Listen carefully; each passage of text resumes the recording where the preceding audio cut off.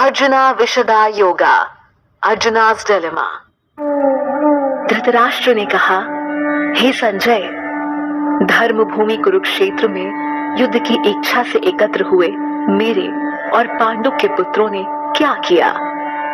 संजय ने कहा, पांडव सेना की व्यूह रचना को देखकर राजा दुर्योधन ने आचार्य द्रोण के पास जाकर ये वचन कहे, हे आचार्य, आपके बुद्धिमान शिष्य द्रुपद पुत्र धृष्टद्युम्न द्वारा व्यूह रचना में खड़ी की हुई पांडवों की इस विशाल सेना को देखिए। इस सेना में महान धनुर्धारी तथा युद्ध में भीम और अर्जुन के समान शूर योद्धा हैं, जैसे युयुधान, विराट तथा महारथी राजा द्रुपद। धृष्टकेतु और चेकितान तथा पराक्रमी काशीराज भी हैं। पुरुजित और कुंती भोज ये दोनों भाई तथा मनुष्यों में श्रेष्ठ शैव्य भी है। पराक्रमी युधामन्यु, बलवान उत्तमौजा, सुभद्रा पुत्र अभिमन्यु और द्रौपदी के पुत्र ये सब महारथी हैं। हे द्विजोत्तम, अब हमारे पक्ष में जो विशिष्ट योद्धागण हैं उनको भी जान लीजिए। आपकी जानकारी के लिए अपनी सेना के नायकों के नाम मैं आपको बताता हूँ। इसमें स्वयं आप द्रोणाचार्य, भीष्म, कर्ण तथा रणविजयी कृपाचार्य, अश्वत्थामा, विकर्ण एवं सोमदत्त का पुत्र भूरिश्रवा है। अनेक प्रकार के अस्त्र शस्त्रों से सुसज्जित तथा युद्ध में कुशल और भी अनेक शूरवीर हैं, जो मेरे लिए प्राण त्यागने को तैयार हैं। भीष्म के द्वारा रक्षित हमारी सेना असीमित है, किंतु भीम द्वारा रक्षित उनकी सेना सीमित ही है। अपने अपने स्थान पर स्थित रहते हुए आप सब लोग भीष्म पितामह की ही सुरक्षा करें। दुर्योधन को प्रसन्न करने के लिए कुरुवृद्ध पितामह भीष्म ने सिंह के समान गरज कर जोर से शंख बजाया। तत्पश्चात शंख, नगाड़े, ढोल, मृदंग व नरसिंघे आदि एक साथ बज उठे और बड़ा भयंकर शब्द हुआ। उसके बाद सफेद घोड़ों से युक्त महान रथों पर बैठे हुए भगवान श्री कृष्ण और पांडुपुत्र अर्जुन ने दिव्य शंखों को बड़े जोर से बजाया। अंतर्यामी भगवान श्री कृष्ण ने 5 जन्य नामक शंख बजाया। अर्जुन ने देवदत्त नामक शंख और भयानक कर्म करने वाले वृकोदर भीम ने पौंड्र नामक महाशंख बजाया। कुंती पुत्र राजा युधिष्ठिर ने अनंत विजय नामक शंख बजाया। नकुल व सहदेव ने क्रमशः सुघोष और मणिपुष्पक नामक शंख बजाए। महाधनुर्धर काशीराज, महारथी शिखंडी, धृष्टद्युम्न, राजा विराट और अज्ञेय सात्विक।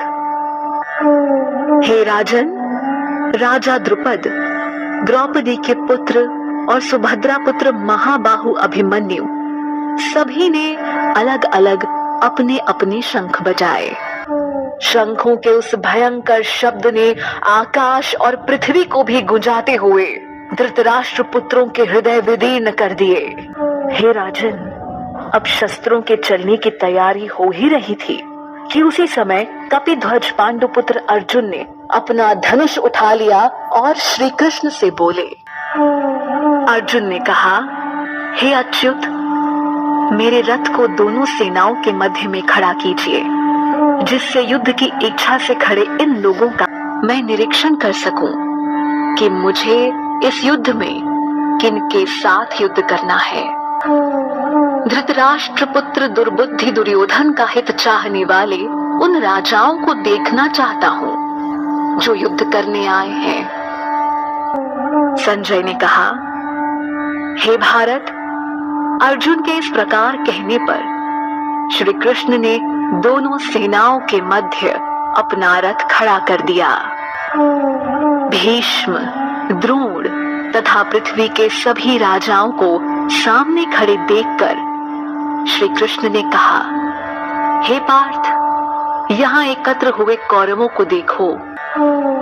अर्जुन ने वहां उपस्थित दोनों सेनाओं में खड़े पिता के भाइयों, पितामहों, आचार्यों, मामों, भाइयों, पुत्रों, पौत्रों, मित्रों को देखा। दोनों सेनाओं में श्वसुर और शुभ चिंतकों को भी देखा।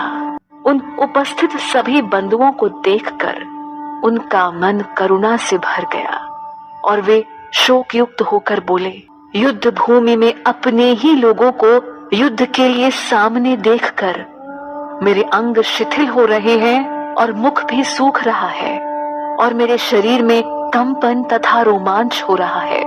मेरे रोम खड़े हो रहे हैं, मेरे हाथ से गांडीव धनुष छूटा जा रहा है और त्वचा जल रही है। मेरा मन भ्रमित हो रहा है और मुझसे खड़ा नहीं हुआ जा रहा। हे केशव, मैं इसमें अपशकुन देख रहा हूँ और युद्ध में स्वजनों को मारकर कल्याण भी दिखाई नहीं दे रहा है। हे कृष्ण, न मैं विजय चाहता हूँ, न मैं राज्य और न ही सुखों को चाहता हूँ। हे गोविंद, हमें ऐसे राज्य से अथवा ऐसे भोगों से जीने का क्या लाभ है? हम जिनके लिए राज्य, भोग और सुख आदि की इच्छा रखते हैं, वे ही लोग धन और जीवन की आशा को त्याग कर युद्ध के लिए खड़े हैं। ये लोग गुरुजन, ताऊ, चाचा, पुत्र, पितामह, श्वसुर, पोते, साले तथा अन्य संबंधी हैं। हे मधुसूदन, मुझे इनको मारने पर पृथ्वी तो क्या, तीनों लोकों का राज्य भी मिले तो भी मैं इनको मारना नहीं चाहता। हे जनार्दन, धृतराष्ट्र के पुत्रों को मारकर हमें क्या प्रसन्नता होगी? इन आतताइयों को मारकर हमें तो पाप ही लगेगा। इसलिए हे माधव, अपने बंधुजन धृतराष्ट्र के पुत्रों को मारना हमारे लिए उचित नहीं है, क्योंकि अपने ही लोगों को मारकर हम कैसे सुखी होंगे? यद्यपि ये लोग लोभ के वशीभूत होकर अपने कुल के नाश होने और मित्र से शत्रुता होने में पाप नहीं देख रहे हैं। हे जनार्दन, हम लोगों को अपने वंश के नाश होने के दोषों से बचने के लिए क्यों नहीं सोचना चाहिए?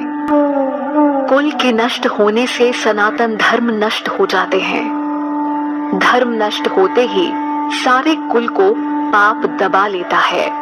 हे कृष्ण, पाप के अधिक बढ़ जाने से कुल की स्त्रियां दूषित हो जाती हैं, और हे वार्ष्णेय, स्त्रियों के दूषित होने पर वर्ण संकर उत्पन्न होता है। वर्ण संकर कुल घातियों के कारण कुल नरक में चला जाता है और पिंड जलदान की क्रिया से वंचित इनके पितर भी नरक में गिर जाते हैं। इन वर्ण संकर और कुल घातियों के पैदा होने से सदा से चलते आए कुल धर्म और जाति धर्म नष्ट हो जाते हैं। हे जनार्दन, हमने सुना है कि जिनके कुल का धर्म नष्ट हो जाता है उनका अनिश्चित काल तक नरक में वास होता है। अहो, बड़े शोक की बात है कि हम राज्य और सुख के लालच में बड़ा भारी पाप करने का निश्चय कर बैठे हैं और अपने ही कुटुंब का नाश करने के लिए तैयार हो गए हैं।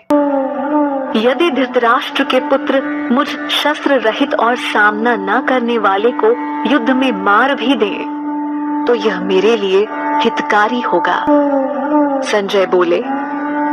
ऐसा कहकर शोक से बेचैन होकर अर्जुन अपने धनुष बाण को त्याग कर युद्ध भूमि में रथ के मध्य भाग में बैठ गए।